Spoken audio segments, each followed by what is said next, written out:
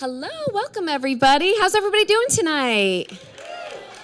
Welcome to this beautiful spring night. How good does it feel with this weather? Isn't it amazing? Give it a round of applause. Give the weather a round of applause. Well, welcome to StorySLAM. I'm Jennifer Cambris, Director of Production and Special Projects here at Montclair Film. A few announcements before tonight's event.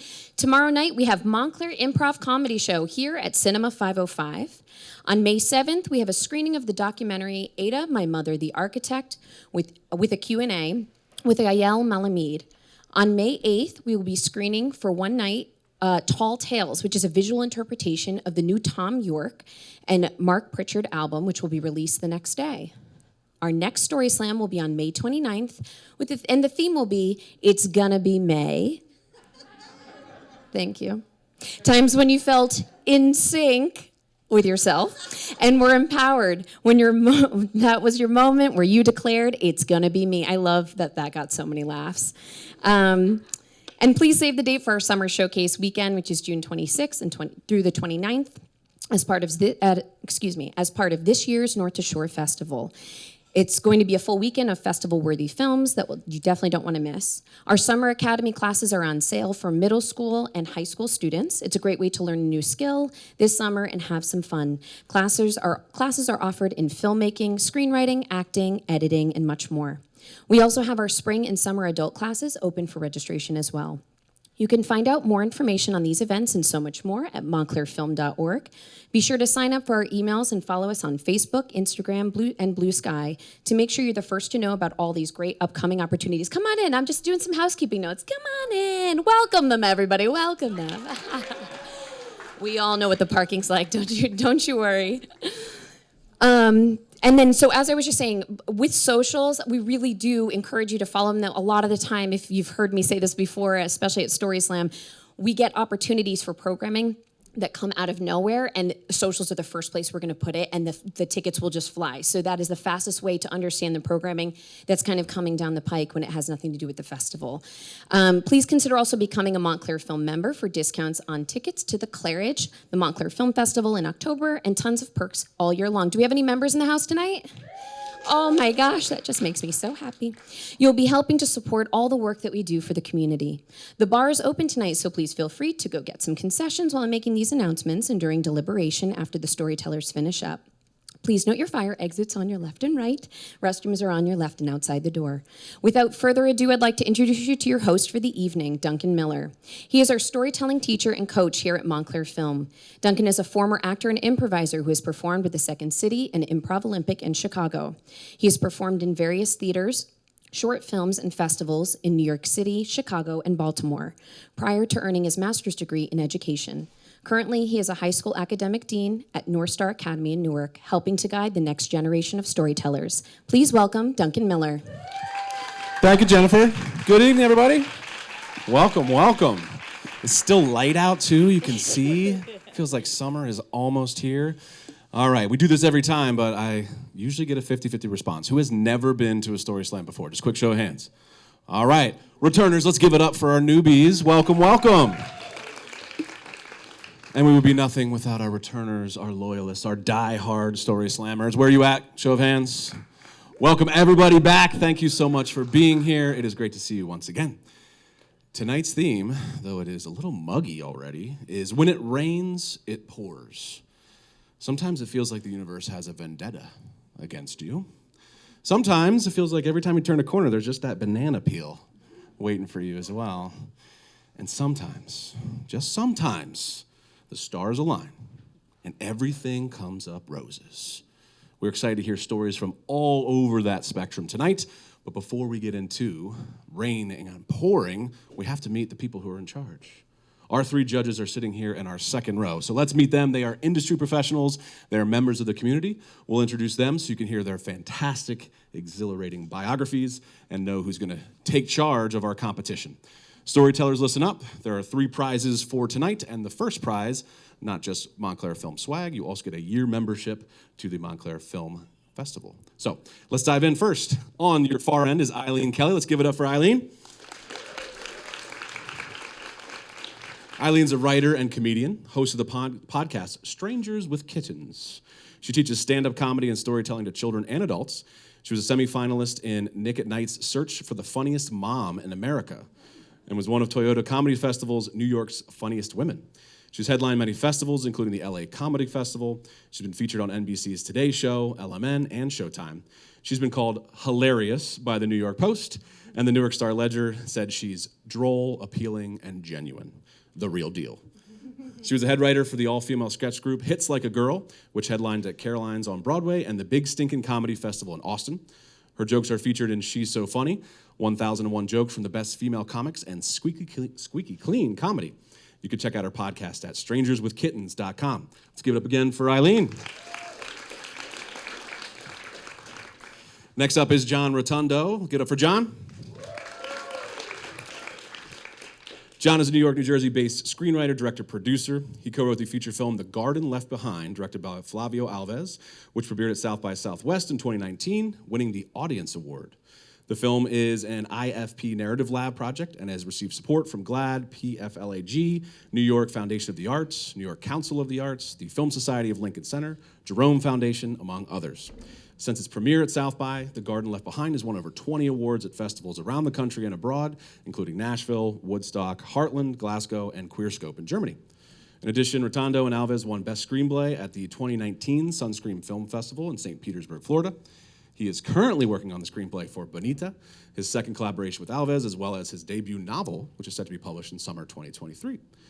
His previous film work includes the screenplays for Resemblance and Mockingbird, Nichols Fellowship quarterfinalist, Screencraft semifinalist. He appeared as John in the TV pilot Dead John, which appeared at the New York Television Festival, winning Best Writing. He's a graduate of the Goldberg Department of Dramatic Writing at NYU's Tisch School and works as a professor of screenwriting, film, and creative writing. Welcome again to John. Let's give it up. And in the middle is the lovely Julie Winokur. Let's give it up for Julie. Julie is the executive director of Talking Eyes Media. Has been a storyteller for over 2 decades, first as a magazine writer and then as a documentary filmmaker. She launched Talking Eyes Media in 2002, and her work has appeared on PBS, The New York Times, Washington Post, Time, and National Geographic. She's the co-founder of Newest Americans, a storytelling project about immigration and identity based in Newark, and that was named Best Online Storytelling Project in 2020 by Pictures of the Year International. She's also the producer and director of The Sacrifice Zone and Bring It to the Table, both documentary films with extensive impact campaigns. Winokur is a National Geographic explorer and has been at the faculty of the Rutgers University in Newark and the International Center of Photography in New York. Let's give it up for Julie and all of our judges. All right, storytellers, listen up. They're in charge, but here are the rules. You'll have 6 minutes for each story. The illustrious Jen Cambris here in the front will give you the green sign when you are halfway through, 3 minutes in. You'll get a yellow card when you have 1 minute remaining. And your final card will be the red card. You are done. Please wrap it up. Head off the stage. Now, we will, of course, not yank you off the stage, but please try to wrap it up when you see the red sign. The only real rule besides the timing is to please be on theme. We're excited to take the journey with you as you share the innermost parts of your soul. Make us laugh, make us cry. We're here to support you and hear some great stories. Again, tonight is When It Rains, It Pours.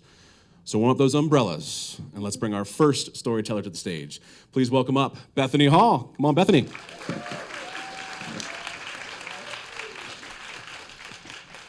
Hello. I've been rethinking about something that happened to me when I was about 12 years old, and I hadn't thought about it in a long while. And what happened was that my brother, Matthew, became deathly ill. He spent about a month in Mayo Clinic in Minnesota because his heart had like a liter of fluid in it, like an unknown fluid, and it had actually expanded across his whole chest, and it was struggling to beat. So during this time, my parents were obviously with Matt in Minnesota, but my 4 other brothers and I were at home in Illinois with my grandparents. And we were worried about Matt, but also I was 12. And suddenly, I was getting attention that I had never gotten before. Like, teachers would stop me in the hall just to give me a shrug on my shoulder, and neighbors would come by with little gifts just to check in, and most of all, my grandparents were there just like spoiling and supporting me, and I was like, I could get used to this. And so one day, my grandpa came up to me and he was like, hey, I'm about to go to the grocery store. Do you need anything? And I was like, yes, I need oxy pads, because I had just watched Saved by the Bell, and that's what the commercials told me that I needed if I really wanted to be a woman. And then sure enough, like a hour later, I had oxy pads, and I was like, all right, this is going down. So then next time he goes to the store, he's like, can I get you anything? And I'm like, yes. I need herbal essences. I need Venus razors. I need Teen Spirit. I need like Maybelline, scrunchies, mascara. I'm like, give it to me. And he's just like, okay. And I'm thinking like, this man is a dope and it is awesome. I am suddenly putting on mascara. I have no more hair under those pits. Na, na, na, na. I am a woman. I'm having the time of my life. And then one day in the midst of all of this, we get a call from my parents, and they say, hey, we're just calling to let you know that we're going to come home next week with or without your brother.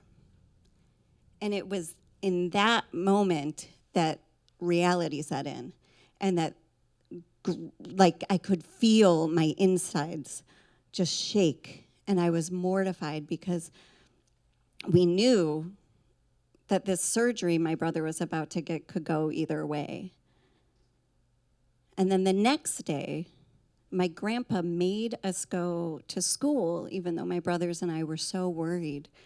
And halfway through the day, my brother Kurt and I, who were in school together, got called into to the principal's office over the loudspeaker, and we were like, we were walking, and I just remember seeing my brother and grabbing his hand and being like, this is it. And then we got to the principal's office, and through the tinted glass, we could see my grandmother standing there, and we walked in, prepared for bad news, and my grandmother said, you forgot your lunches.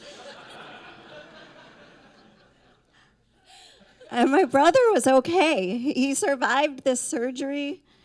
He's a fantastic dad to 2 kids. I was thinking about this story now that I am a mom of 3. And I was thinking, wow, for so many years I thought I was tricking my grandfather. And in retrospect, he was the one tricking me.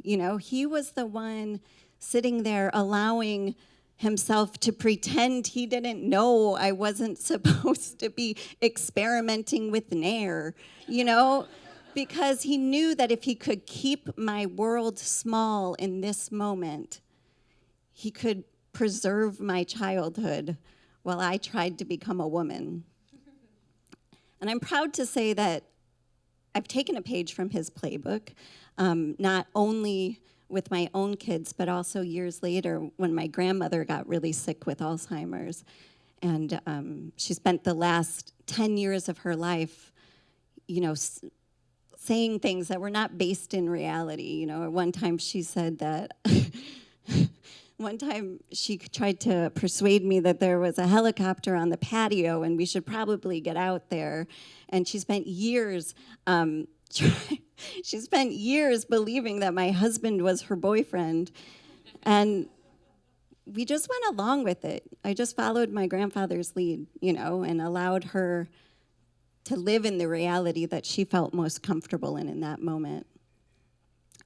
So all this to say, I do think that when it rains, it pours, and I can hardly imagine all of the emotions that everyone around me was feeling. But I do think if we handle these sorts of experiences with care and comfort, then a little bit of rain can really make the most beautiful sunset. So, thank you. All right, let's keep it going for Bethany Hall. Thanks for kicking us off, Bethany. Where are my grandparents at in the room? Get a show of hands, grandparents? All right, let's give it up for the grandparents. Come on. It's good when they're good. I have two very brief anecdotes. One time my grandmother forced us to put ketchup on our tacos. Not a big fan of ketchup anymore. The other time, she lost a bottle of wine in the car. It got pushed down in the seat. And for 2 hours, she sent my cousin and I to search for this bottle of wine. We did not find it. She labeled us bad scavengers. And to this day, it is what we are called in our family. Never redeemed. Hopefully this story will redeem me and those two stories. Let's give it up for our next storyteller. Welcome to the stage, Yana Collins-Lehman. Welcome up, Yana.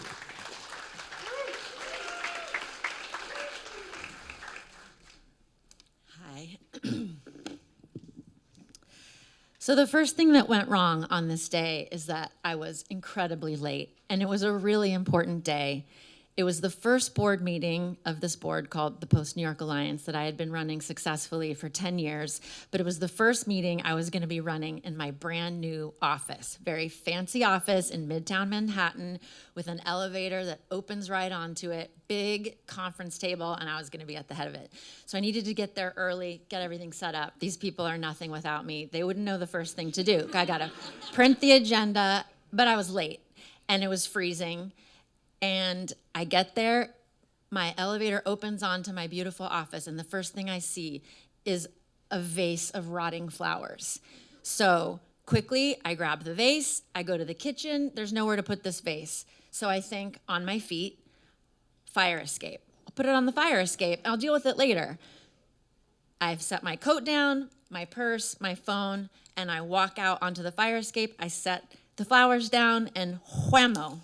Behind me, the door slams. And I'm on the fire escape on the 10th floor in Midtown Manhattan. It's 18 degrees, and I have no pants on. I have a skirt and tights and a light shirt. And so, again, quickly, I think, why am I like this? Why am I like this? And I decide I'll go to the bottom of the building. I'll get in the elevator, and I'll start this day all over again. So I open the door, I start running down the staircase, whammo, that door slams behind me, and it is pitch black. There is no light in this stairwell, which is illegal, by the way. You have to have light in a stairwell. But on this day, there was no light. And so I, with my hands, feel along the wall down all 10 flights of stairs until I believe I'm at the bottom. I'm crawling on all fours to try to find the door that hopefully is the lobby, where hopefully our super Sing will hear me. I'm banging and crawling, and there's nothing, and there's nothing, there's nothing. So I think, again, on my feet, frantically and desperate, I'll go back up to the top. I'll just climb back up the stairs, and I'll find an open door. Somewhere there will be an open door. And I crawl up in the pitch black. Have I emphasized that it is pitch black? I can see nothing. I am utterly blind. And I go up 10, 11, no doors, until I hit 15, and I hit the door, and it opens, and there's light. And I run out, and whammo behind me, but I'm on the roof. I'm on the roof of my building on the 15th floor. And so, again, quickly I think, okay, how long have I been doing this? How long have I been out here? Soon my office will show up. They'll see I'm not there. The board will show up. They don't know anything. They'll call the cavalry. So I start looking up in the sky, waiting for the rescue helicopter to come. But it's really, really cold, and no one is coming. So then I start screaming, help me, help me, help me, at full voice. And I can see Madison Square Garden is right here. The post office is right here. There's people in their offices all around, and I'm waving like a maniac, and no one can see me. I'm invisible. I'm invisible in a city of 8 million people. I'm screaming, and now I'm just remembering all the true crime podcasts I've ever listened to, and I'm about to die on this roof. So I will want there to be evidence in the autopsy that I tried. I tried to get back to my kids, so I start kicking stuff. Kicking doors, maybe they'll find my broken ankles. A lot of time goes by, and I am just freezing, and I'm starting to get tired, and I'm screaming, help me, help me, help me. and I realize no one's coming. So I'm going to die out here on this roof. I'm fairly desperate. And I've given up. And all of a sudden I hear, "Are you okay?" And I look up, and it's someone on a smoke break in a fire escape at the adjoining building. And I scream and scream and scream, "Help me, help me, help me." She said, "Give me a number." I give her my office number. I find out later the intern in my office answers the phone and looks up and says, "I think Yana's on the roof." And then up through the freight elevator comes Sing, the super, and my colleague, and I cry, "Where have you been?" I'm covered in black soot, head to toe, from my escape endeavors. And we go down, 10th floor, the freight elevator opens up, and the board is just having the meeting.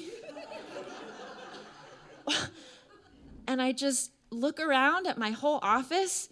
Everyone's just sitting, working, and I just quietly go to my desk and sit down and think, no one was ever coming because nobody noticed that I wasn't there.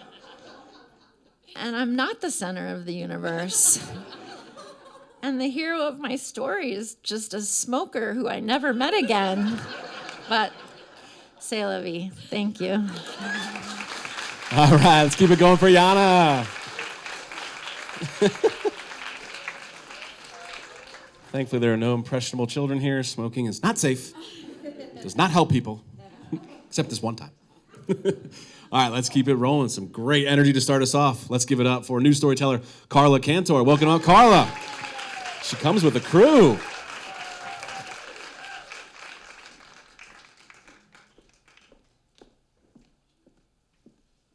Good evening.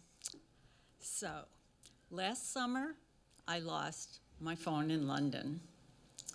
I was there for the wedding of one of my really good friend's daughter. And this is not an unusual situation for me to lose my phone. I come from a family of chronic losers.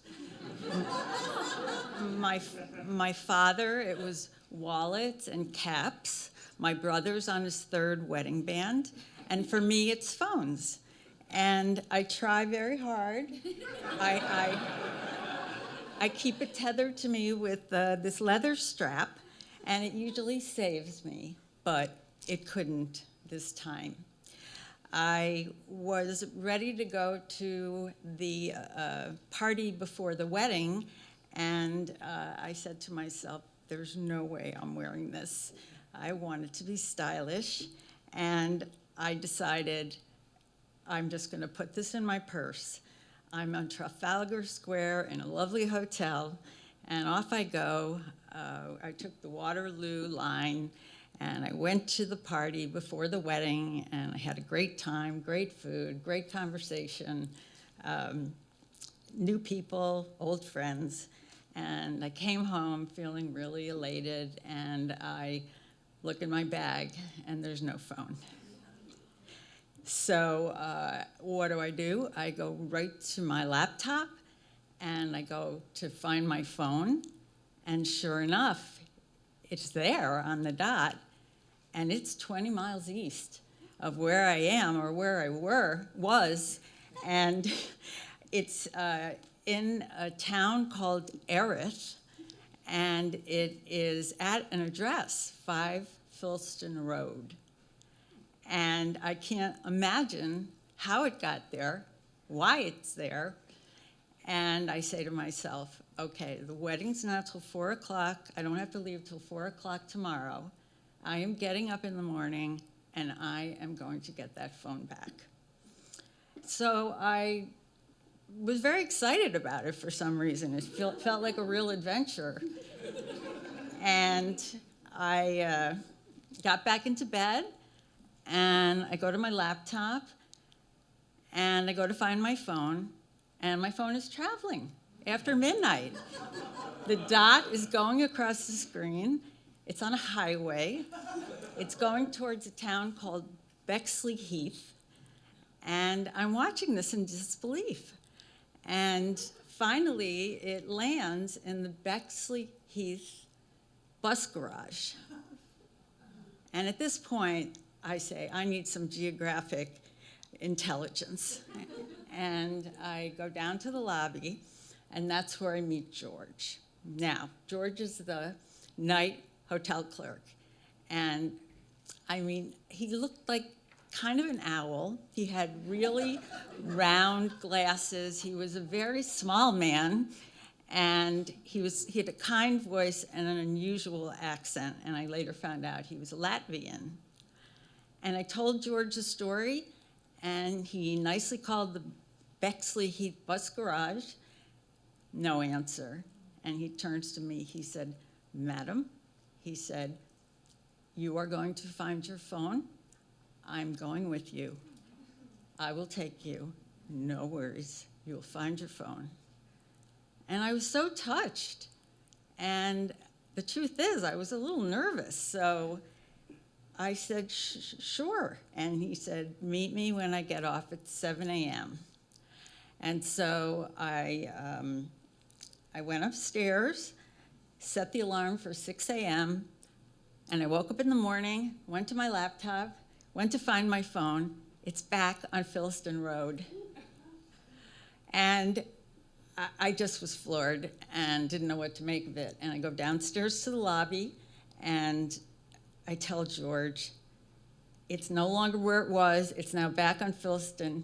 And he said, "That's good news, madam." He said, "We'll go. I know where that is. And you will get your phone. I promise you." And I said, "Thank you." And then off these two strangers go. It's early morning, and we go on the underground, and then we take a train, and then we start finding buses in a town called Eris. It's much larger than I thought, and it's not a place where tourists would ever go. And I realized George doesn't know what he's doing. And there are red buses everywhere, and we start getting on them, and we start asking directions. George did not have a smartphone. I did not have a phone. And he keeps saying, "No, don't worry, madam. We will get there. We will get there." And finally, an hour later, we did, and we were dropped off in the neighborhood of Philston Road. And I was a little scared. It was what the British might call dodgy. It had narrow streets and row houses, and I said to George, "I'm nervous." And he said, I will go to the door." Did I mention that George was like up to here on me and probably weighed about 20 pounds less? But I said, "Sure." You go to the door, and I trailed behind him, and he rang the doorbell, and a burly man came to the door, and we must have looked pretty strange.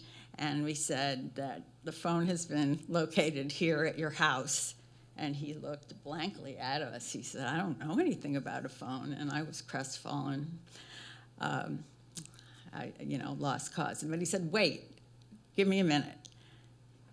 And he goes out into the hall, he makes a phone call, and he comes back and he says, "My son has your phone. It's in his car, and he's visiting friends." It turns out his son is a conductor on the underground, and passenger found the phone between the seats and gave it to him for safekeeping. He didn't think it was a good idea to give it to the London subway system, so he went to Bexley Heath, found out it was closed, there was a lost and found there, came back to his house. And the father says, "My son will bring it to your hotel." I said, "I'm leaving for a wedding at 4, and then I fly out. I have to leave for the airport at 7 tomorrow morning. And, you sure?" And he said, "Yes, it's okay. He'll be there before 3 o'clock. And I said, "Fantastic." So I write down my information, and I go back to the hotel, say goodbye to George. George had the night shift again, so he had to go home and sleep. And I go to my room to get ready in the hotel, and it's 2, and it's 2:30. And I say, "This is not happening." I said, "But I know where it is. They seem okay. I will deal with this when I get back to the States." So I'm putting on my makeup, and the hotel phone rings, and they say, you have somebody downstairs waiting for you. And I go down, and there is a young man with his little baby and my phone. So I hug him, I thank him. I go back upstairs and get ready for the wedding, and I do not even take my phone with me.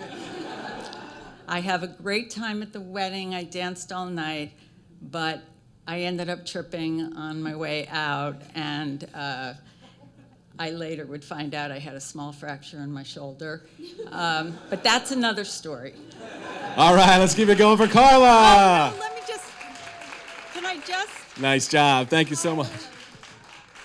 I was just right at the end. Okay, so 7 a.m., I head to Heathrow. The phone strap is still with me. I'm a bit injured, but I can't stop smiling. I actually pulled this off. The man at the front desk, the man with the baby, the effort, the kindness, all because I refused to give up and because strangers didn't either. Now that is something I will never forget. Now let's give it up for Carla. Nice job. And let's give it up for Latvian British George, the owl. All right, we're going to keep rolling. Let's welcome to the stage a returner for the second time. Let's welcome up Richard Dwyer. Come on up, Richard.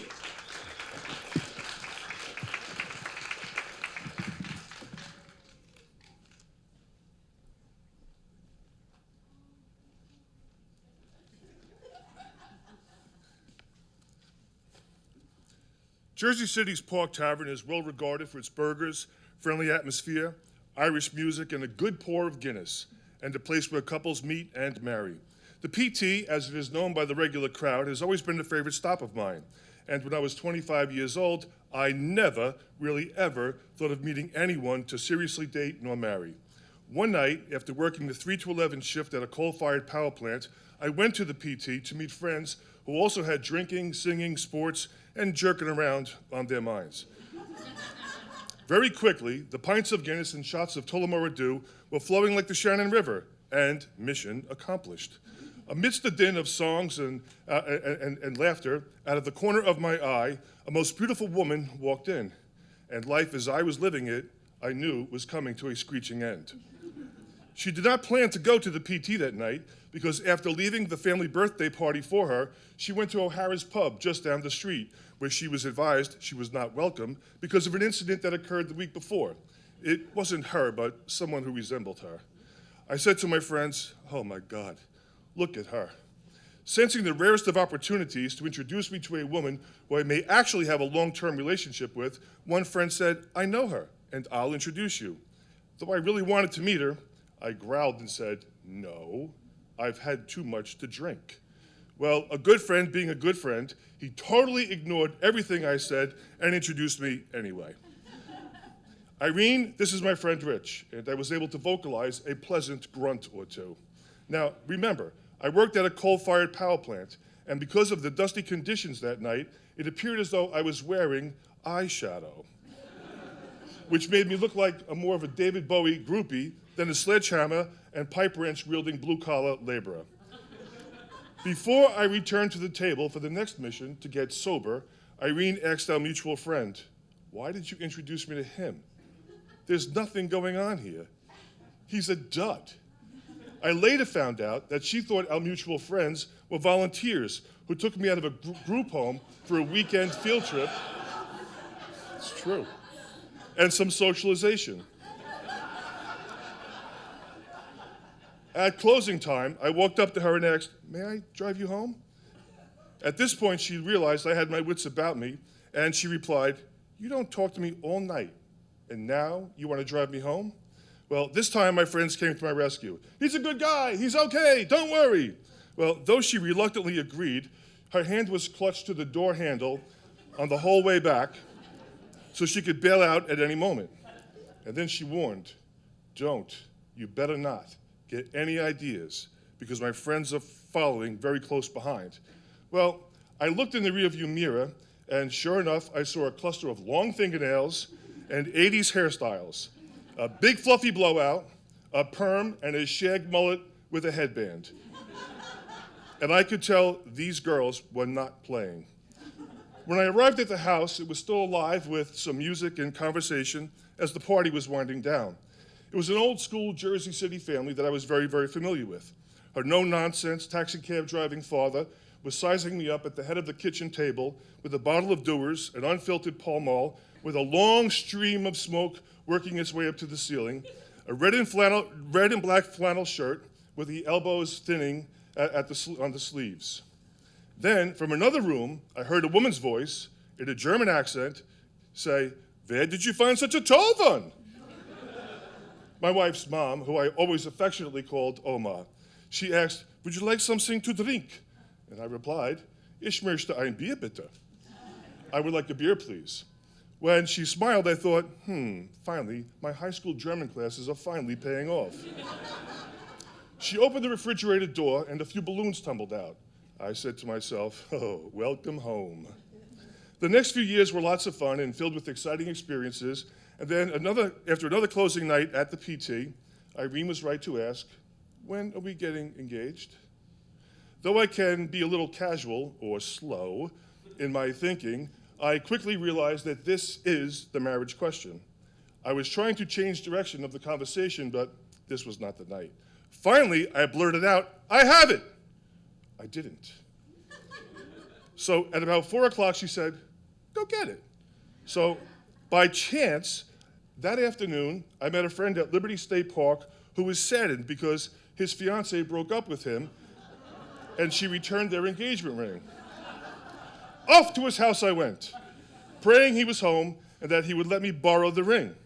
Then I had to hope the ring almost fit. I say almost because I needed a reason to buy a new ring because the ring that he bought was way more expensive than I could afford. After begging and pleading, you have to give me the ring. I told her that I have the ring. If you don't give it to me, I may lose her.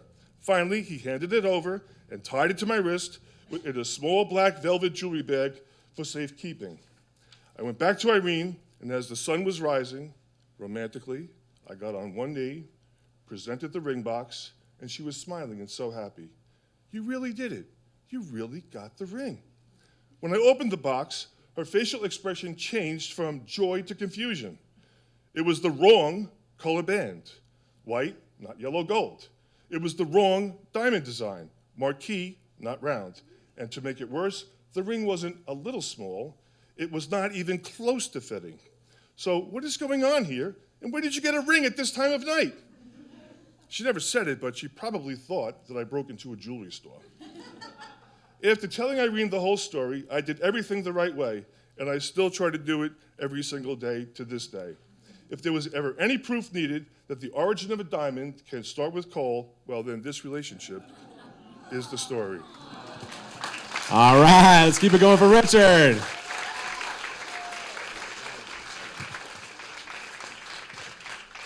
Does anybody else have anything they want to come clean about? Mic's on. All right, nice job, Richard. Thank you so much. Let's keep it going. Welcome up our next storyteller, Zoe Siegel. Come on up, Zoe.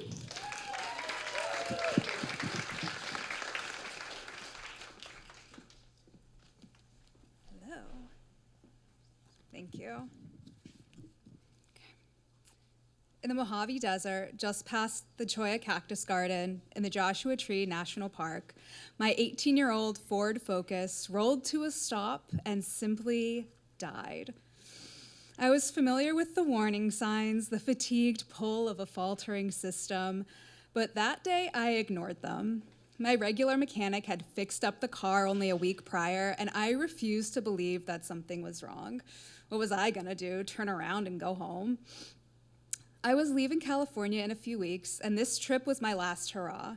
Joshua Tree National Park was a well-loved SoCal spot that I didn't want to miss out on before moving back to the East Coast. I had intended for it to be a brief overnight trip, but the desert had other plans. While I wallowed in my misfortune, a minivan pulled over to help. They didn't know how to fix my car, and like me, they had no cell reception. It was the middle of the desert. So they drove 20 miles out of their way to alert the park ranger, who eventually drove me to the visitor center. It was midday and over 100 degrees, but rather than wait inside the AC, I sat outside at a picnic table and endured the heat to cry about my predicament in peace. At least my phone worked here. So, my car was abandoned in the park. I needed to get it to a mechanic, which meant I needed to find one and I need to get it towed there. Did I tow it all the way home? Find a mechanic out here, leave it here and Uber back to LA, rent a car back to LA, or rent a car and stay here? Eventually, I found a mechanic who could take the car that day. The shop closed at 5 and it was 2. I called AAA. I gave them the location of my car. They were on their way. The Enterprise rent-a-car was 25 miles away, but it was the only one that had a car for me, and they closed at 5:30. Everything was lining up, but a single misstep was one closer to my demise. The tow truck took hours. Without reception, I was convinced that the driver couldn't find it, as if there were multiple black Ford Focuses stranded outside the Cholla cactus garden. If only I had grabbed all of my luggage, then I could have gone straight to Enterprise. Why didn't I? Because when the ranger rescued me and told me to take the necessities, I scavenged my belongings like a vulture, not realizing that my sanity was at stake. Eventually, I moved my waiting to the mechanic shop. It smelled like tires, and my skin stuck to the plastic chair. At 4:45, the tow truck finally showed up, and I grabbed my stuff. The staff side-eyed me as I waited for my Uber. They didn't seem like the type of people who would be nice if I started crying again, so I waited outside on a dusty bench. Eventually, I made it to my motel. And although this place was famed for its abundant Joshua trees, upon arrival, I'd been less than impressed. No, not just because of my car fiasco, but by the sights near the south entrance. Everything was just brown and unremarkable. The Joshua trees were few and far between. But I was stuck and determined to make the most of it. And despite my initial disappointment with the desert, its magic was inevitable. While the red sun rose in the sky the first morning, I followed a jackrabbit through the brush and watched a coyote carry its breakfast. Sunsets imbued the sky, pastel orange, pink, and purple, washing the pale landscape in a golden light. Scratchy, knee-high plants grew in the shade. Ants marched in line across the trails. And despite the arid heat, life was everywhere. All I had to do was slow down to see it. That magic was not without misadventures, though. My first night, struggling to sleep, I heard a gunshot. And rather than investigate or hide, I resigned to my inevitable death. I imagined the motel room like a crime scene from SVU. Murdered. A beautiful young woman with her inappropriate pajamas. Tragic. Her life had barely begun. And that gunshot turned out to be an exploding can of seltzer that I had forgotten about in the freezer. I also fell on a hike and scraped my shin up so badly that it swelled to the size of a golf ball. The disinfectant that I grabbed from the drugstore was high concentration iodine and ended up causing me far more pain than the scrape itself. It was like I had lit myself on fire, but it worked, and I do have a small scar to prove it. It turned out that something had gone wrong with my car's transmission or alternator. I forgot as soon as the mechanic told me. But since the Focus was my means of transportation from California to New Jersey, it needed to work. They said they'd have it ready the following day. That final day, I found the Joshua trees. Not a few scattered across the landscape, but an actual forest. Why wasn't this marked on the map? Backed by boulder ridges and mountain ranges, the trees started at the road and continued into the horizon. Their crooked branches reached up to the sky in tormented prayer. Nothing like the oak trees and pine trees I grew up with, or the palm trees in LA. They were just alien and ethereal. Patient, persistent, resilient. Weeks later, driving a steep stretch of highway with my car packed to the brim, I imagined what would have happened had I not taken that trip to the desert. My car would have broken down on some highway in the middle of the country instead, with my 2 pets in the back seat. If I had to have a breakdown, I'm glad it was in Joshua Tree. All right, keep it going for Zoe. Zoe, I had to do my my driver's test with a car provided by the DMV, and it was a Ford Focus. It's like this far off the curb when I parked. They pushed me through. Ford Focus Solidarity. All right, let's keep it going. We're almost halfway through. Let's welcome to the stage Faith Boonstra. Come on up, Faith.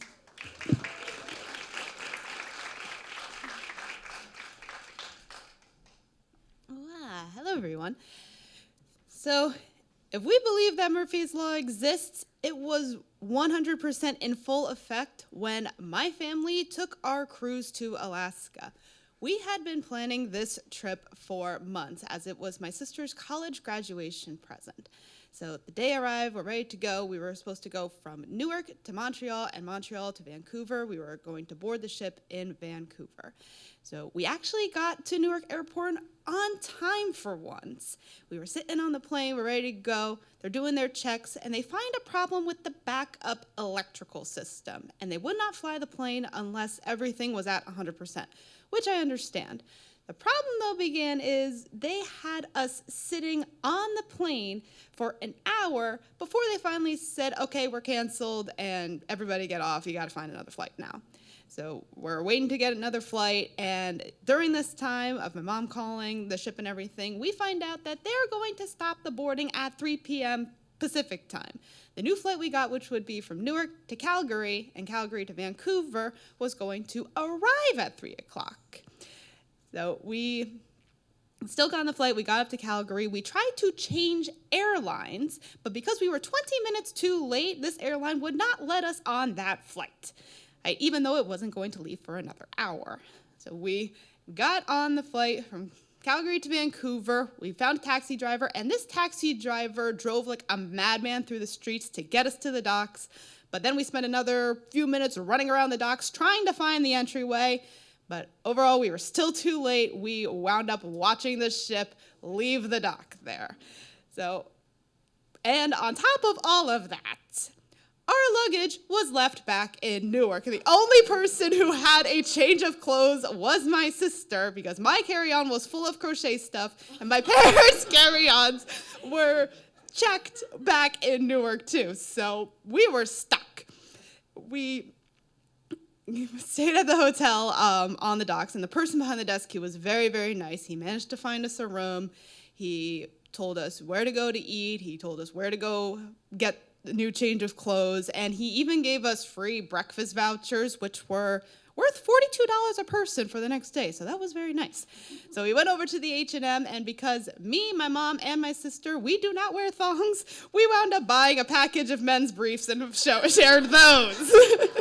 So, and at dinner that night, we learned that you need 2 forms of ID in order to get an alcoholic drink in Canada. So we called the manager over, and we told him the entire story of what happened to us that day, and we wound up with the entire meal for free. So next day, we finally are reunited with our luggage. We had to get a new flight and a new place to stay. We were going to meet up with the ship in Ketchikan, which was the first stop. We got there, and then the day after, we're ready to go, ready to board the ship, because it docked at 6 a.m., and we had an excursion that same day at 7 a.m., so we're about to board the ship, and they tell us we're not on the manifest. Turns out the ship has 3 systems, and they do not like to talk to each other. So they said, go on your excursion, we'll have this problem fixed by the time you get back, and thank goodness it was. We had then had a few days on the ship, and we enjoyed ourselves, aside from a little run around with the chef's table, because they could not find us for those first couple days. But overall, good time on the ship. But then came the land portion of the trip. We were taking a train from where we were to Denali, Mount McKinley, and what was supposed to be 5 hours took 7-8 hours instead, because there was a train in front of us that had a problem, and they were forced to go slow, so we were forced to go slow. Don't feel bad for the passengers, though. Feel bad for the staff, because they were not going to make it back to their base camp, so they were stuck without food. And then after our time in Denali, aside from our sneakers getting ruined from an ATV excursion, we then went to Fairbanks, and where they had us staying was completely isolated. The shuttle that they had running would stop at 5 p.m. and it wouldn't even go to the best spots. Like one of the best spots was Museum of the North. It wouldn't even go there. So we were stuck, barely able to do anything there. We actually wound up spending $50 to go to a Thai place, and aside from chef's table, that was the best food we had on the trip. And then, even when it came time to check out of that hotel, it's like we were stuck for a couple hours, just unable to do anything. And then our flight home was from Fairbanks to Chicago, back to Newark. I wound up getting sick. We had a 5-hour delay in Chicago. They almost separated us on the flight. They only let us sit back together at the very last minute. And when we got back to Newark, what was supposed to be a half-hour drive back home took almost 2 hours because of all the traffic and everything and us getting in late. So we were very glad to be home after all of that. But at least nowadays we have a funny story to tell. All right, keep it going for Faith. I was really hoping you weren't going to go to H&M. You were going to crochet for the whole family, full outfits. All right, thank you, Faith. Let's keep it going. Welcome to the stage, Beth McFarland. Come on up, Beth.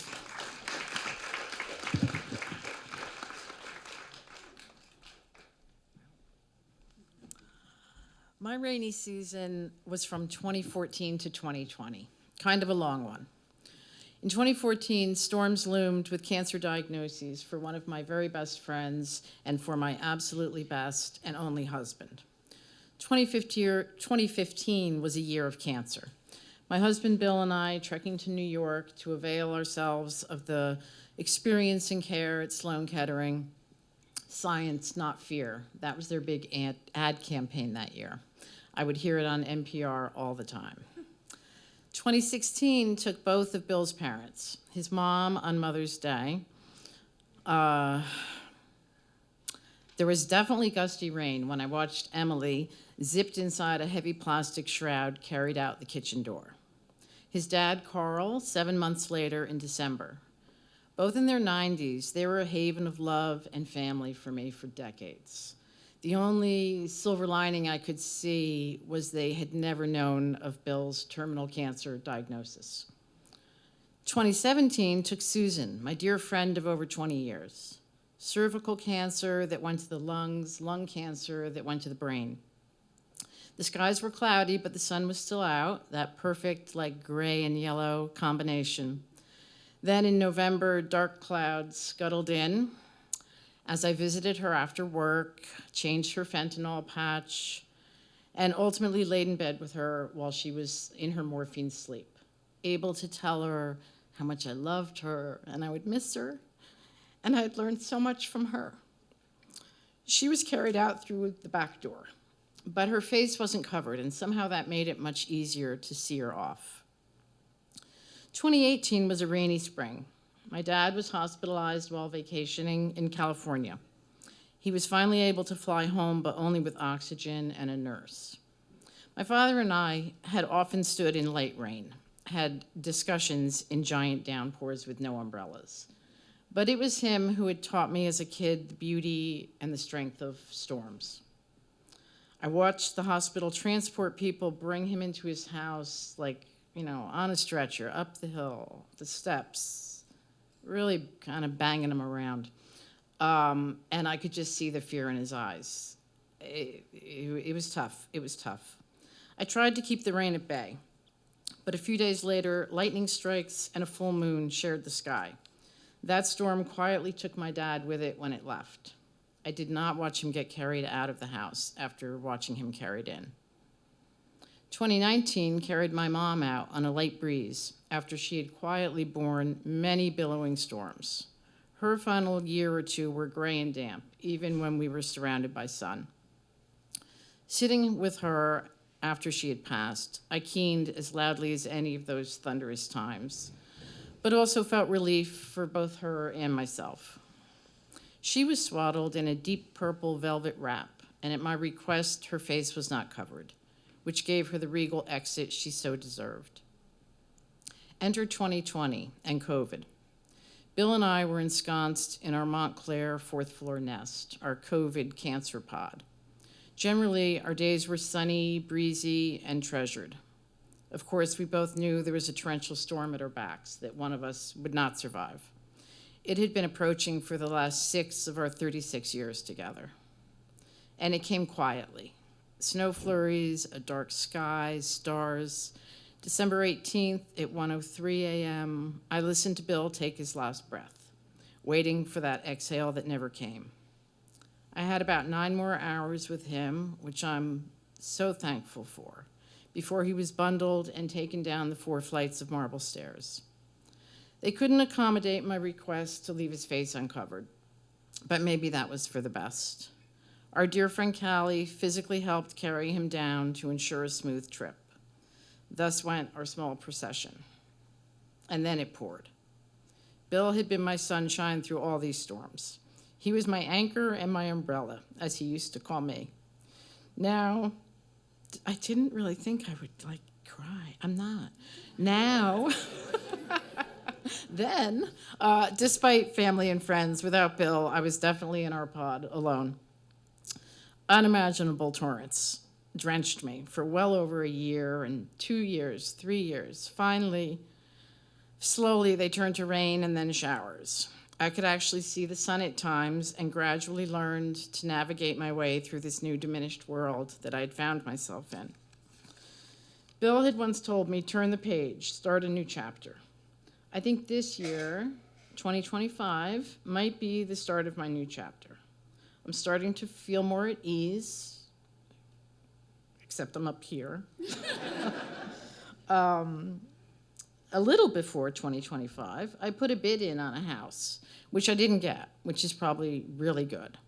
I didn't say no to a cup of coffee with a man until I found out he was 40, which totally freaked me out. And I haven't had a cup of coffee with anyone since 1984. And here I am telling my rainy, stormy grief story. The storms still overtake me at times, but they're more like squalls than hurricanes. Mostly, I'm hoping somehow Bill will see that I'm trying to start that new chapter and that my monsoon season is over. Thanks. Give it up for Beth McFarland. I hope 2025 takes care of you, Beth. Thank you for sharing. All right. Let's take a nice deep breath together, shall we? Thank you for trying something new, Beth. Appreciate you. All right, let's keep it rolling. Let's welcome to the stage a returning storyteller. Welcome, John Minus. Come on up, John.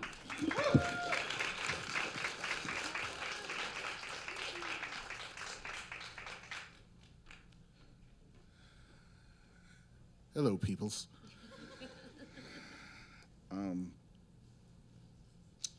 So my name is John Minus, which is what English majors call foreshadowing. I have had some really legendary runs of negativity in my life, and this is the story of one of them. So, a few years ago, I was asked to remove myself from my place of residence. This request came from my girlfriend. Shout out to everybody who gets that reference. If you've ever been through a bad breakup, you know how traumatic that can be, and it was bad. But soon after, I was promoted at my job, which you would think would be better. And it was. See, my job was to make sure that mental health patients in the emergency room of the hospital I worked at were treated with dignity and respect. Unfortunately, soon after I started working, I made an arch nemesis, which usually only happens in comic books, but there was this nurse whose job apparently was to stop me. I don't know, that's what it seemed like. The only thing he was there to do was to stop me from doing my job. And I knew that every night that I went in, I'd have to go and battle and for the patients. And the problem was that the nurse's mother was my grand boss. So it was very Sisyphean in that every night I'd have to go and roll a boulder up a hill that would fall back down again. And the stress and strain of all this gave me this really bad pain in my neck that would just get worse and worse and worse over the next few months. But I dealt with it, you know, like I'm strong, I'm hard to kill. But I am not hard to demote, which happened. Because, as I said, his mother was my grand boss. So you would think that that would, at least take some of the strain off of me. But no, the pain, in my neck just got worse and worse. I was trying to deal with it. I was going to work and everything. I had this pain in my neck. So eventually I go and get it checked out, and it turns out that my spinal cord is full of cancer. It's myeloma. It's fine. I'm here. But it had popped like an inner tube. So I had to go through all this stuff, like all the cancer things. I had radiation, no mutant powers. I had surgery. I'm part cyborg now. I had chemo. And at the same time, I have a brother who lives in the South. And he tore both of his ACLs searching the cell of a prisoner in the federal prison that he worked at. Both knees.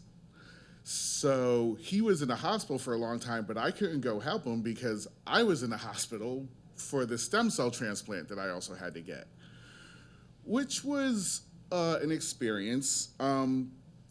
Just a quick aside, when they get your stem cells out of your body, they hook you up to this machine that looks like a washing machine, and it spins and your blood goes through it and it separates everything out. So there's this bag of your stem cells, and you're sitting there without drugs watching this all happen. They don't give you drugs for that. They're like, you're not in pain, but I'm like, my actual self is over there. And that's how I try to get through it. Just embrace the novelty of this situation. All these crazy things are happening to me, and it's all just kind of happening at the same time. But I'm trying to battle through.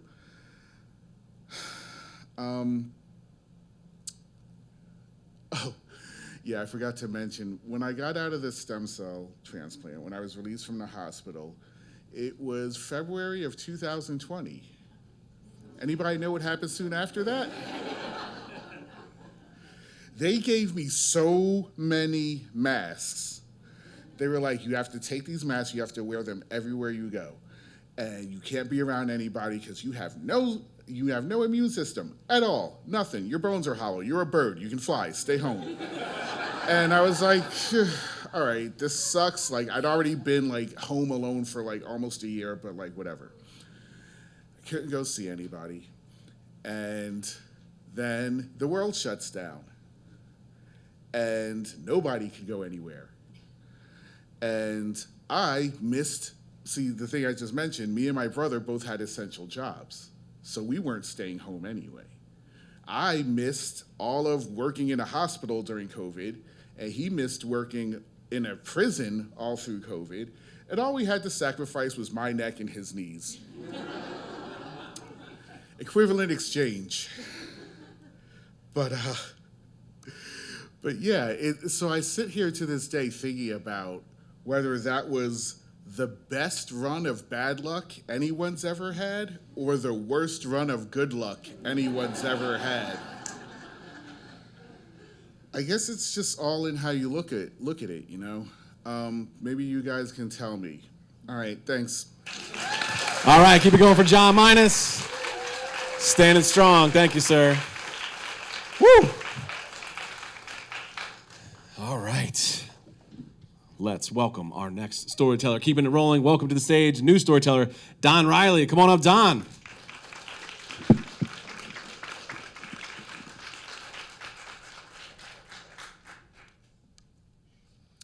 Thanks. This is called All in the Same Day. Hope you enjoy the ride. I'm searching the changing room at East River Imaging. I look on the narrow shelf, the carpeted floor, in the trash can. Underneath it, I stick my hands in my pockets. For the 5th time, empty my backpack. It's not in the hallway or the bathrooms. My wedding band, the one I've worn for 35 years, is gone. All I'm thinking is, how am I going to tell my wife? Now I'm outside of East River, waiting for the elevator to come down. I knew today was going to be a bad day. I woke up late, hit traffic, had insurance problems before the MRI. I should have just stayed in bed.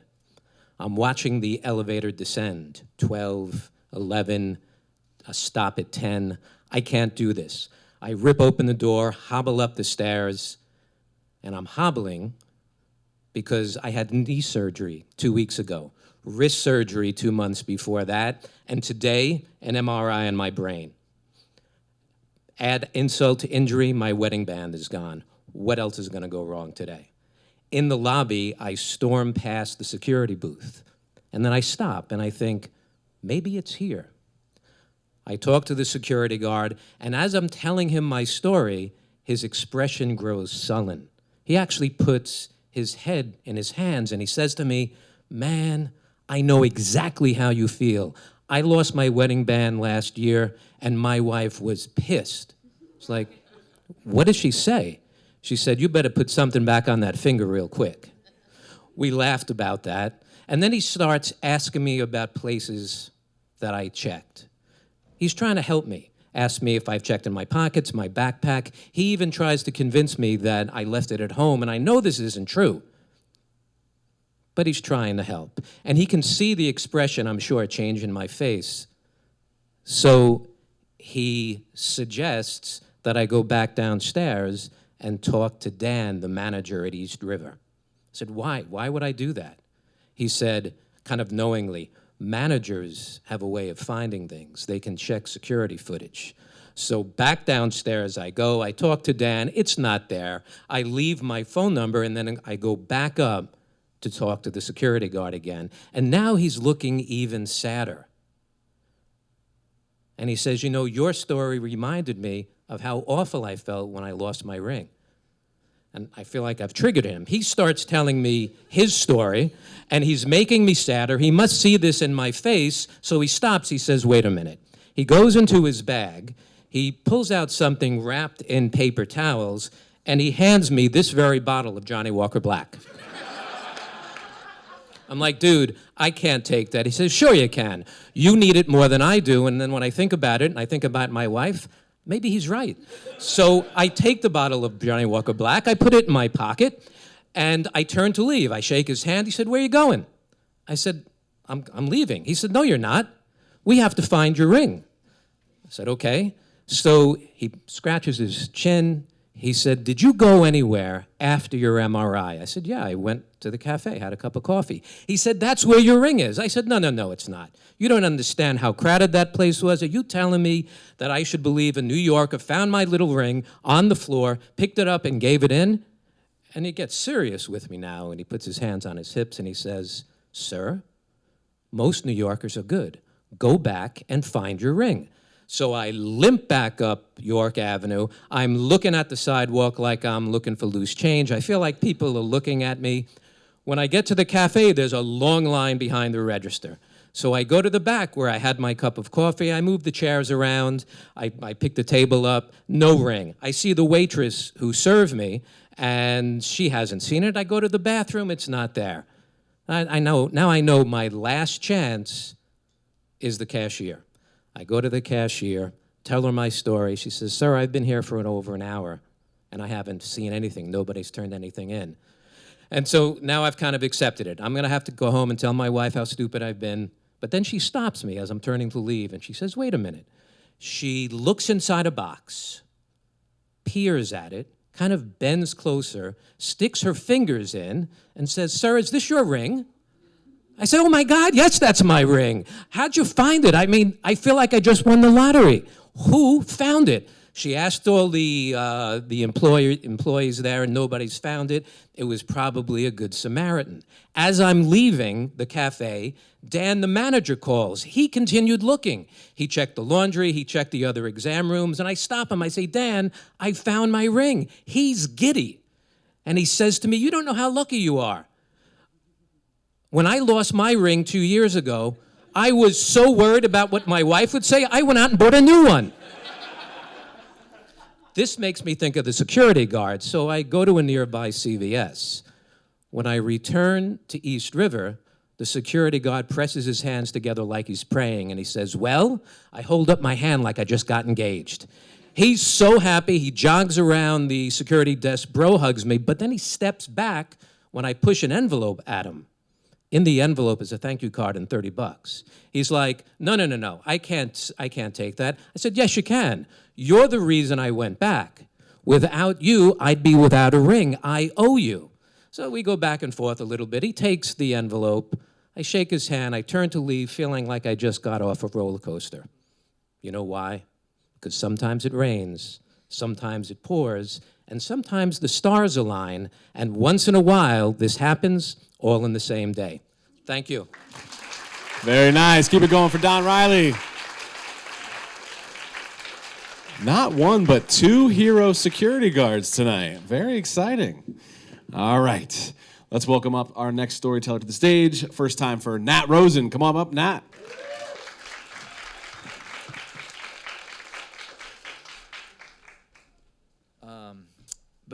Before every storm, there are dark clouds. And for me, it was a Friday afternoon, about 5 or 6 beers in a bar in Brooklyn. I got a phone call from my mom that my father had fallen. Now, it's very important to note that this phone call normally goes to my brother, who's an emergency room doctor and significantly more responsible than myself. But he was on a cruise in the Atlantic and unreachable. It's kind of like wanting Aaron Judge to come up to the plate in a big spot, and you look on the bench, and all you got is Timmy Lupus from the Bad News Bears. When I got to my parents' apartment, my dad was sitting up a chair, and he was fine. I negotiated with him, all right, that we needed to go to the hospital. He did not want to go to the hospital because he fucking hates hospitals. I decided that if he could walk to the bathroom and pee on his own, we'd put off the 911 call. Stubborn asshole did it, but he did it with a walker in 20 minutes, made my decision easier. In my youth, I always looked for these unique, crazy New York experiences. And it was such an oversight that I never put being in an ER on a Friday night on the list. It was a spectacle, and I was not the drunkest guy there. But my inebriated state definitely made it hard to keep up with all my responsibilities. And when I feel overwhelmed, I gotta just focus on the little things. And all my father wanted to do was pee. You know, old guys, big prostates.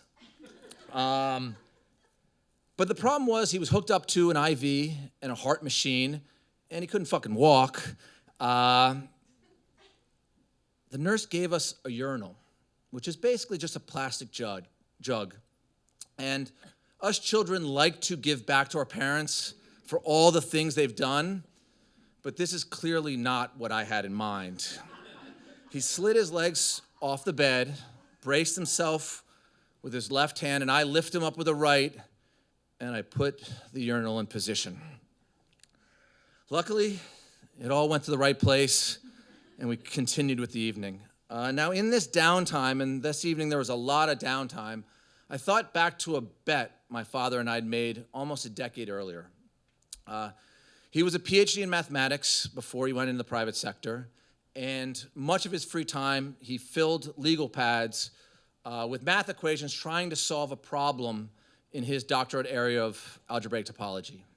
Myself, I'm a teacher, but in my free time, I like to work on screenplays. He thought it was a silly idea and a total waste of time, so I felt the need to bet him that I would get someone to actually pay for one of my pieces of writing before he solved his math problem. What I didn't mention was that that evening at the Brooklyn bar was kind of a writing convention of sorts, and I was actually having a conversation with a legit producer who was interested in one of my projects the second I got that phone call. I was probably the first person I ever talked to who could even put me on a path to winning that bet. Later that evening, my wife, who is amazing and resourceful, was able to get in contact with the ship, and I was now in communication with my brother. He was able to check my father's charts electronically, and it's kind of an indictment of the medical system, but on internet that probably was run by a hamster, he was able to get us updates hours before a resident would come by with the same information. I think I slept about 30 minutes that night, partially because my father was being whisked in and out of the hospital room, partially because the chair was less than comfortable. And also, I think it had something to do with the patient right outside our room who screamed for 12 straight hours. At that point in time, 24 hours later, they had finally moved my father to a room in the hospital, but his condition continued to decline minute by minute, and I felt completely powerless. That Saturday night, about 8 o'clock, my brother called and said that they had seen some imaging on a ultrasound of the liver and that it was metastatic disease. For the non-doctors, we've had a lot of cancer tonight, but it's the C again. And most likely on a CAT scan of the belly the next day, my brother expected that his body was going to light up like a Christmas tree and be filled with cancer. My mom had brought his things from home, and basically he realized he did not have his toothpicks. And this is a man who is very focused on dental hygiene, does an hour routine in the morning and an hour routine in the evening. So I was off to Duane Reade. I remember being on the phone with him and being screamed at because I could not find his preferred brand of toothpicks. They're right next to the toothbrushes. How can you not find them? Amazingly, all through my mind was, how do I tell a dying man that the brand of toothpicks doesn't fucking matter? When it rains, it pours. But in truth, that is sometimes when you can get a blue sky. The actual diagnosis of lymphoma gave us clarity, a path. My father and his brothers, as they aged, talked about how you can't outrun the reaper. But my father would say, but he's going to be huffing and puffing when he catches me. So prescient.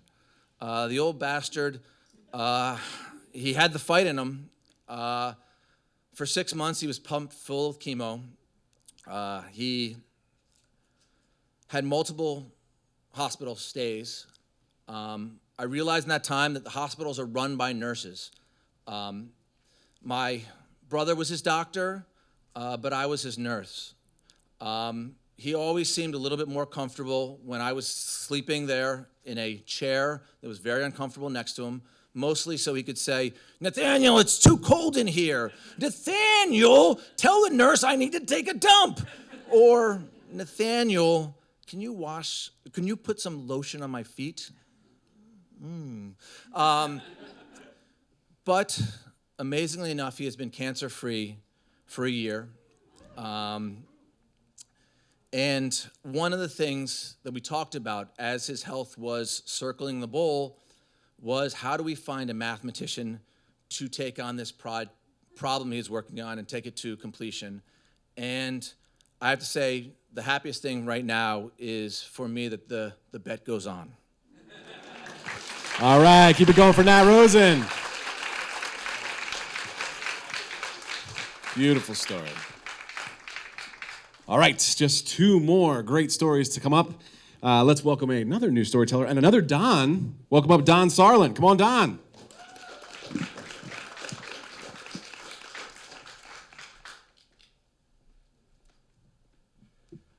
So I'm 19 years old, and I've been playing with David Bromberg. I'm playing electric bass for him for about the last 6 months. For you too young to know him, he was a very popular guitar player and blues singer. He had played with Bob Dylan, George Harrison, a lot of people.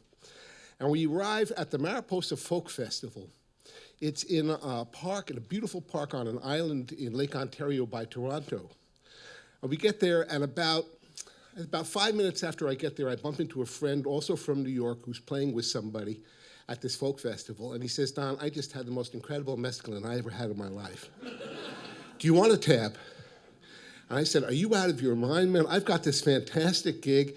You think I'm going to get high and blow this gig? I mean, you're out of your mind." He says, "Well, I understand. I mean, it's a great gig, you know. And, when you playing?" And he says, "Well, David's playing. We're doing a workshop on Saturday afternoon and a concert Saturday night."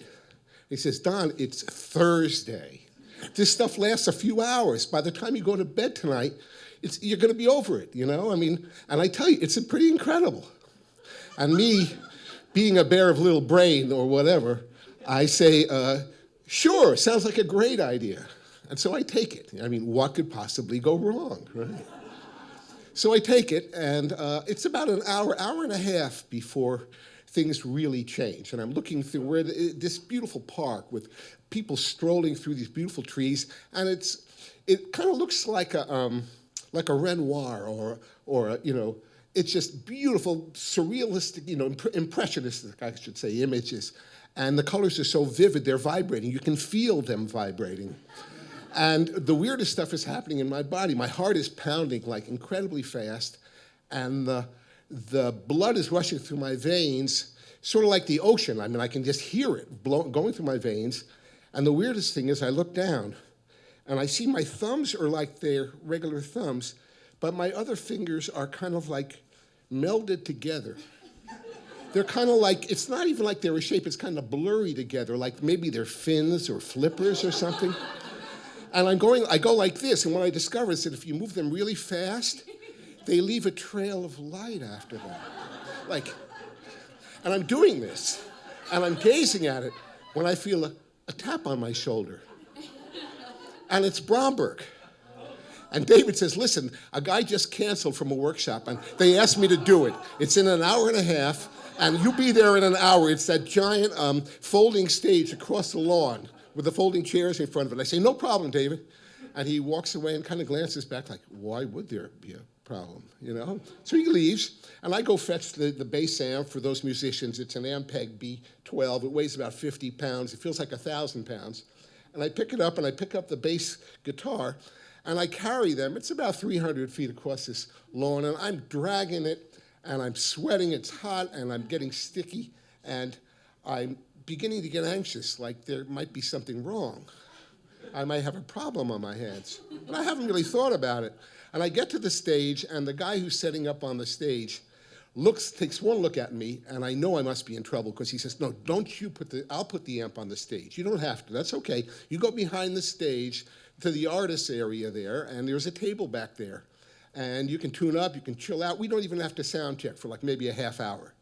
So I say, that's great, and I go behind the stage, and I lay my bass open, the bass case on the table. I'm alone there, and I open it up, and there's this nice Fender bass, all loose, and the strings are all loose because we just flew. And anybody who's a musician knows you loosen your strings when you fly, so it doesn't hurt the instrument when it bounces around. So I'm looking at it, and I open the box, and I take out the tuning fork. This is long before they have those little electronic clip-on tuners. And the way it works is you tap it, you listen, you hear an A note, and you turn your A string to the A note you heard. Well, I tap it and I put it next to my ear, and I don't hear an A note. I hear what you might hear if you heard all the bells in a cathedral ringing at the same time. And I hear overtones and undertones, semitones, whatever kind of harmonics. It doesn't matter, but I cannot tune to this thing. And I put it back in the case, and I close the case, and I realize that I have screwed up royally, that I'm going to have to tell Bromberg I can't play. I mean, he's a virtuoso guitar player, and I can't even tune the damn thing. He's going to fire me. I'm going to go back to New York. Word's going to get out that Donnie gets high. You can't fly him anywhere and take him anywhere. And as I'm sitting there, and my heart's broken, I'm just staring at the case. My flippers are here. And I see all these polka dots on the end of the case. And there's like 8, 10 of them maybe. They're each about 2 or 3 inches in diameter, kind of shiny. And I'm looking at them. And as I'm gazing at them, they start to multiply. And now there's maybe 20, 30 of them. Now the whole base is covered with polka dots.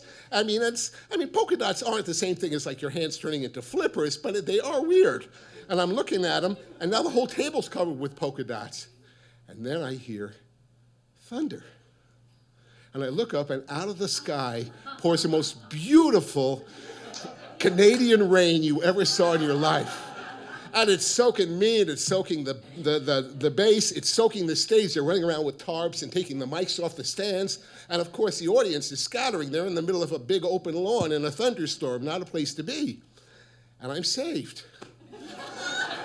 It's rained out. I come down, just the way my friends said I would by the end of the night. And the next day I'm exhausted, but come Saturday, everything is perfectly fine. I do the gig with Bromberg. I swear to God, I don't say a word to him.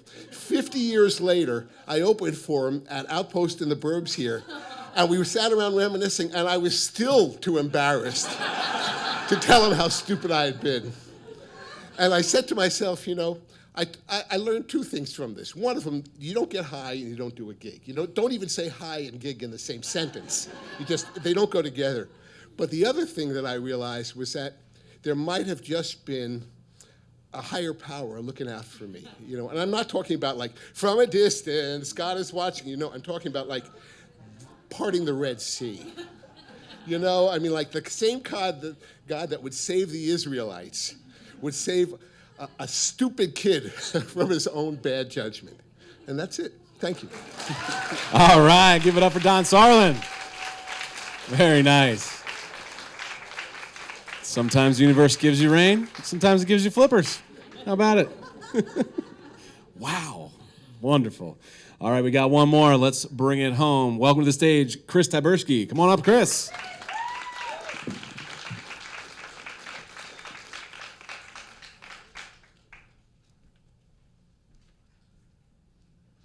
After that last one, I'm almost sorry to do this to you. So, you need to come to the hospital right now. Your mom's in the ICU. I still can't believe the events that kicked off for me, events that changed my life. You see, 2 days before, it was a Saturday night. It was a perfect night. I was in New York City with friends, Indian dinner, we were going to a Black Crowes concert, and we were all so excited. And excited for my mom, because she was taking this trip that she'd been looking forward to like a kid getting ready for Christmas. And we were just so happy for her. And the next day on Sunday, I got all kinds of texts from her. You know, the cruise ship was taking off, she was sending me pictures from her balcony window, Atlantic Ocean, sunshine on the waves, a little message from her that she recorded saying, you know, hi Chris, I love you, I'll call you in a week when I get back. And then Monday morning, I woke up to a series of fragmented voicemails and texts, something about a seizure on the casino floor. She's in the infirmary, and we have to drop her off at the ER when we land in Bermuda or port in Bermuda, and we need you to come fly down to take her home. Not the way she was expecting that trip to end. So, you see, this cruise had been booked before the cancer diagnosis. Stage 4 glioblastoma, brain cancer, a death sentence. What was originally going to be just this amazing trip with her friends was now supposed to be a victory lap. You know, we went through chemo, we went through the radiation. She rang the bell. It was time to set sail, act normal for a little while, just try to enjoy what was probably going to be her last trip. So, Tuesday, I find myself in Bermuda, you know, less than 24 hours after those messages. I land. I've got nothing but my passport, which thank God I had remembered to renew, 2 days worth of clothes, and I realize I have no idea where she even is. So I look up hospitals in Bermuda, call the biggest one, and I'm in luck. Found it, she's there. But what are you talking about? What do you mean ICU? She's in the ER. Mr. Taberski, you should get here right now. So I speed over there, and the staff is waiting for me, and she's not. I walk into the ICU, and there's machines, there's oxygen tubes, there's IV lines. The tumor had enlarged. She was septic. She was disoriented, barely verbal, and she was dying, alone, on an island. Her doctors, 1,000 miles away. Her friends, on the other side of the island, thinking that I was here taking her home and she was going to be okay. Mom, barely conscious. So now I was alone. The Bermudan doctors were doing all they could, but she wasn't going to make a flight home. Wasn't an option. So I called her doctors at home in the US, burnt through my international minutes on my phone, and we came to an agreement. The best thing to do was to stop treatment. Let her die peacefully here. So I canceled my flight. I'd always dreamed of taking a one-way flight to an island. This just wasn't quite the way that I was planning on it. So next day, or later that day, I met with the US consulate, signed some documents, learned about things like how I can get a cremation on the island, repatriate remains, talked to doctors, funeral homes. I did everything I possibly could. And inside, I felt absolutely nothing. But back at the hospital, something happened. When they took her off the medication, that stubborn Irish blood of hers kicked in and she rallied. And she could talk again. And that was such a blessing to hear her voice and a curse. Chris, take me home. I didn't know what to say. How do you tell the woman that gave you life that she's not going home? She's going to die here, and I'm the one that made that decision. I left her room. I was shattered. I honestly don't even really remember what happened. I don't remember getting changed. I don't remember going back to where I was staying, but I found myself out on a trail running and just pleading with the universe, give me something here. Either let her die peacefully right now, or help me get her home. And I ended up on a beach, looking at the ocean, listening to the waves. I'm sure that the breeze was keeping tears from staying on my eyes for too long. And I made a decision that I was gonna try to get her home. And the next few days were absolutely pure chaos. I didn't know how long it was gonna take. I didn't know how it was gonna happen. There were calls with credit card companies. There were calls with insurance companies. There were calls with medevac units. There were emails, doctors involved. Every step forward, 2 steps back. Nothing was working out. But then something shifted. I wasn't alone anymore. She was here, and we were a team. Mother and son, probably closer than we had been in decades, maybe closer than we'd been since I could remember. And she was counting on me to get her home, and now I was counting on her to try to stay alive for long enough for me to do it. Insurance company won't cover it. Fine, I won't say what I said to them, but I'll take care of it. Tell me how can I charter an ambulance to get her home? You can't afford it. Don't tell me that, I'll figure it out. Credit card company, you're in a foreign country, this is too much money, this all sounds like a scam, we're shutting everything down. Give me your boss. Give me your boss's boss.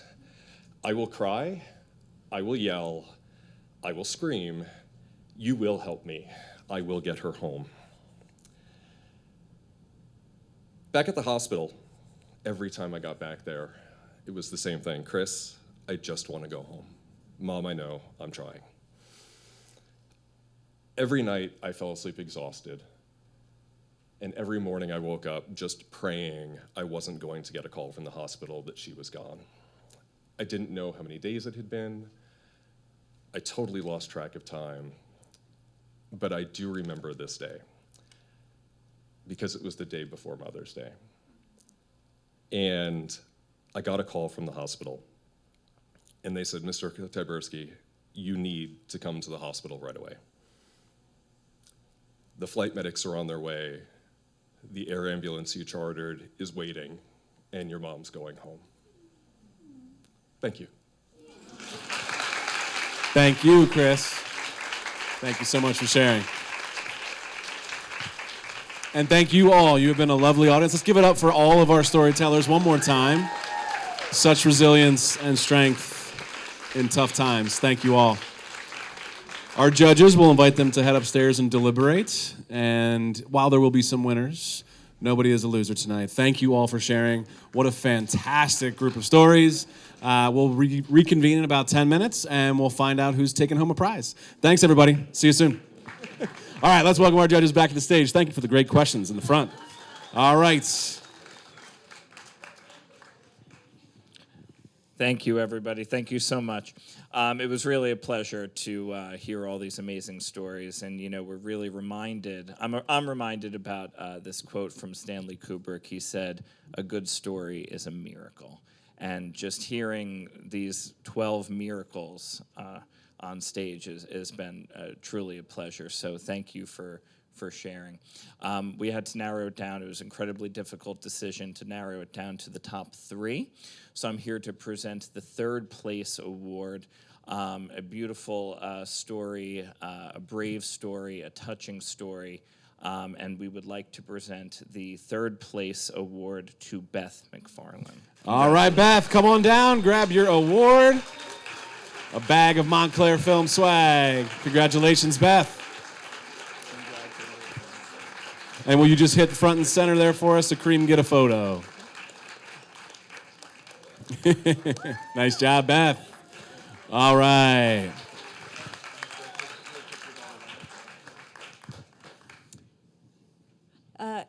We did have a tough time. We deliberated. There were some fantastic stories and lots of humor, lots of sadness, and it could have gone really awry. We were talking about how, this whole theme of when it rains, it pours. We were afraid this was going to be the sobby night. Instead, the second place winner really brought humor, surprising twists and turns. It made me think of that children's book, the terrible, horrible, 10 times worse than anything day. And it also reminded me of my own 20s. Second place, Don Sarlin, who'd made some bad decisions. Yeah, Don Sarlin, come on down. Congratulations. Hey, nice to see you. All right, grab your swag bag. We take a picture for us, Don. Just stay up there. The mescaline's still happening. Thank you. It's a joke. Thanks, Don. Nice job. Just stay right there.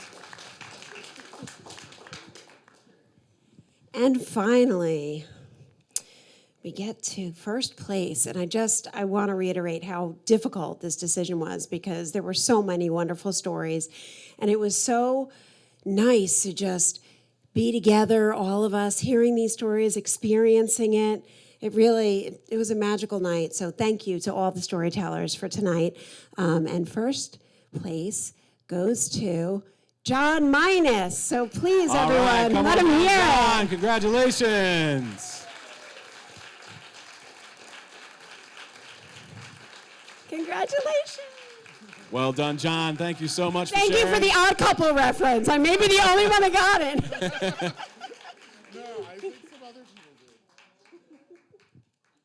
All right, nice job. Can we get our 3 winners up front for one more photo op? So Beth, Don, just join John there in the middle.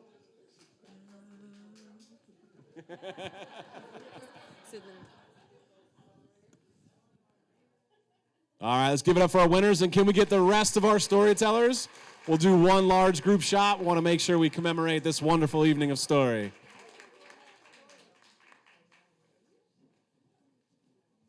We'll have to get cozy, so don't be shy.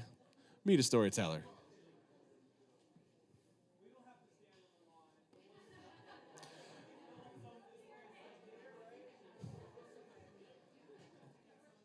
All right, thanks for taking a knee. We appreciate your sacrifice.